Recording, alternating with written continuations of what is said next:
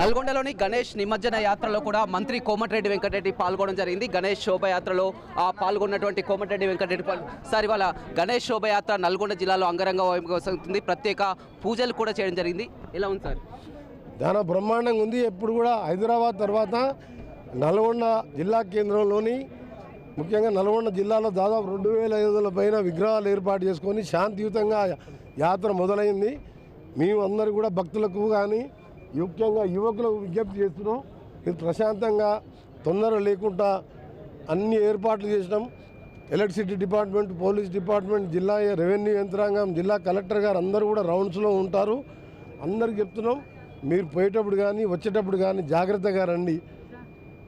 పిల్లలు కానీ మీరు మధ్యలో ఈ మధ్యలో మీరు చూసిన తెలంగాణ రాష్ట్రం టీఆర్ఎస్ ప్రభుత్వంలో ఈ పబ్బులు గబ్బులు అని చెప్పి మొత్తం రాష్ట్రాన్ని గబ్బులు పట్టించి మొత్తం గంజాయి మత్తులో దింపారు. ఎలాంటి సేకరించకుండా మీరు మంచి ప్రశాంతంగా పోయి 9 రోజులు మంచి పూజలు చేసిండు. విఘ్నేశ్వరుడు అంటే విఘ్నాలన్నీ తొలిపోతాయి. మీరు మీ కుటుంబ సభ్యులు బాగుండాలి అని మంచి పూజలు చేసిండు.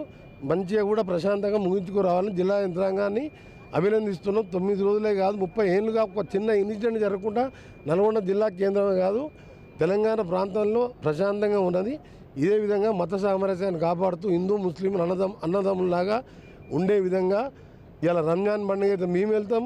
ఇవాళ మా గణేష్ నిమజ్జనానికి కూడా మా ఆఫీస్ ఖాన్ గారు జిల్లా గ్రంథాల చైర్మన్తో పాటు ఎంతోమంది ప్రముఖమైన ముస్లిం నాయకులు కూడా హాజరైందంటే ఇది మత సామరస్యాన్ని ప్రముఖ. ఇక రాజకీయాల విషయాలకు వస్తే మీరు ముందు నుంచి కూడా చెప్తున్నారు, ఎందుకంటే బీఆర్ఎస్ పార్టీలో అల్లుడు బిడ్డ అదేవిధంగా వీరంతా కూడా కొట్టుకోవడమే సరిపోతుంది, బీఆర్ఎస్ సరి ఉండదని కూడా ఏదైతే మీరు చెప్పారో అదే విధంగా చూస్తున్నాం. ఎందుకంటే వారంతా కూడా కొట్టుకోవడం కానీ ఏం చెప్తారు? నేను ఎప్పుడో చెప్పిన టీఆర్ఎస్కి వెళ్ళి బీఆర్ఎస్ మారినప్పుడే ఆ పార్టీ బొందలగడ్డ పార్టీ అయిపోయింది. రెండవది తెలంగాణ ఇచ్చిన పార్టీని కాదని ప్రజలు ఎందుకు ఓటేసిండు?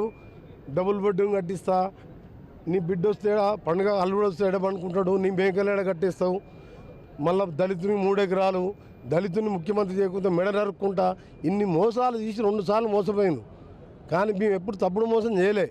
చెప్పిన మాట ప్రకారం ఇవ్వని హామీ 20,000 కోట్లు పెట్టి ఇంటిగ్రేటెడ్ స్కూల్ కడుతున్నాం.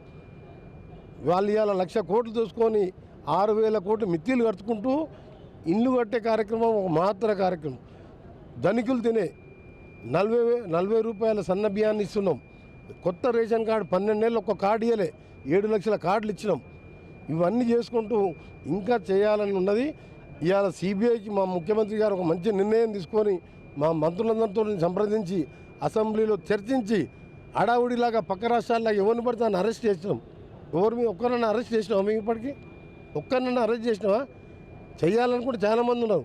కానీ ఎంక్వైరీ చేసి ఒక పద్ధతి ప్రకారం అది ప్రూవ్ అయిన తర్వాతనే చేయాలను. ప్రధానమంత్రి గారు సాక్షాత్తు 1000 సార్లు 1,00,000 సార్లు ఇది ఏటీఎం లాగా బీఆర్ఎస్కి మారిపోయింది అన్నాడు. ప్రధానమంత్రి గారు మాట నిలుపుకోమని నీ చేతులు జోడించి రిక్వెస్ట్ చేస్తున్నా. నువ్వే ఏటీఎం అన్నావు కదా, సిబిఐకి రాసినాం, సిబిఐ రిసీవ్డ్ అని చెప్పింది కదా. రేపు టీంని పంపి రేపు మొత్తం పోయిన దోసుకున్న ఆస్తులన్నీ వాపస్ ఇచ్చేయి. రెవెన్యూ యాక్ట్ అని ఉంటుంది, రెవెన్యూ రికవరీ ఆర్ఆర్ యాక్ట్ ద్వారా మొత్తం కూడా మీతో అన్నీ కూడా అప్పచేసి అప్పులు తీరవడం, పేదవానికి ఇల్లు కట్టియడం, పేదవానికి మంచి చదువు చెప్పేయడం.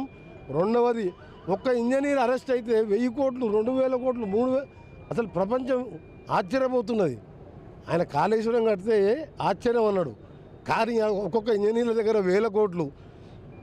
కవితనే చెప్తుంది, సంతోష్ రావు హరీష్ రావు మొత్తం మొదటి టర్మ్లో కాళేశ్వరం మొత్తం దోసుకున్నారు కాబట్టి 2వ టర్మ్ ఇరిగేషన్ ఇవ్వలేదని చెప్పి ఇంకేం సాక్ష్యం కావాలి? అవినీతి డబ్బుతో 25 మంది ఎమ్మెల్యేలకు కూడా ఖర్చు పెట్టారని కూడా చెప్పినట్టు ఇవన్నీ సిబిఐ ఎంక్వైరీలు తేలుతాయి. అన్ని ఇంకో మీ కళల ప్రాజెక్టు ఎస్ఎల్బిసిని కూడా పూర్తి చేయాలని కూడా మీరు కంకణం పట్టుకున్నటువంటి చాలా సీరియస్గా ఉన్నాం.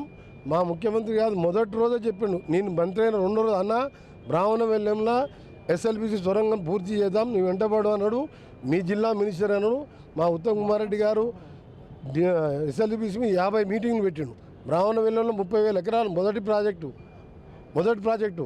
రెండవది మన సాగర్లో ఉన్న మన నెల్లికల్ ప్రాజెక్ట్ కానీ డిండి కానీ టెండర్లు పిలిచిన 2,000 కోట్లతోని మన ఐటీ భవన్ల లిఫ్ట్ ఇరిగేషన్ గంధమల్లకు ముఖ్యమంత్రి గారు 600 కోట్లతో శంకుస్థాపన చేసిండు. బస్వాపూర్ కూడా 6 నెలల నుంచి 1 సంవత్సరం లోపే బసవాపూర్ కంప్లీట్ చేస్తున్నావు. ఒకటే మాట, మా జిల్లాని నట్టేట ముంచిండు 10 ఏళ్ళు కాబట్టి 11 సీట్లలో ఆల్మోస్ట్ డిపాజిట్ పోయినంత పని అయిపోయింది. ఒక్క సీట్లో 2-3 వేలతో గెలిచిండ్రు. కాళేశ్వరం ప్రాజెక్టు బీఆర్ఎస్కు ఏటీఎంలా మారిందని గతంలో ప్రధానమంత్రి కూడా అనడం జరిగింది. ఇప్పుడు సిబిఐ విచారణ వార్తలు ఉంది, ఖచ్చితంగా వాటిపై చర్యలు తీసుకోవాలని చెప్తున్నారు. అదేవిధంగా ఇచ్చినటువంటి హామీల్లో అదేవిధంగా పెండింగ్ ప్రాజెక్టులన్నీ కూడా పూర్తి చేస్తాం. బీఆర్ఎస్ పార్టీ పని అయిపోయిందని నేను మొదటి నుంచే చెప్తున్నాను, ఇక బీఆర్ఎస్ పార్టీ అనేది కూడా ఉండదని మంత్రి కోమటిరెడ్డి వెంకటరెడ్డి చెప్తున్నారు. రవితో రమేష్, బిగ్ టీవీ, నల్గొండ.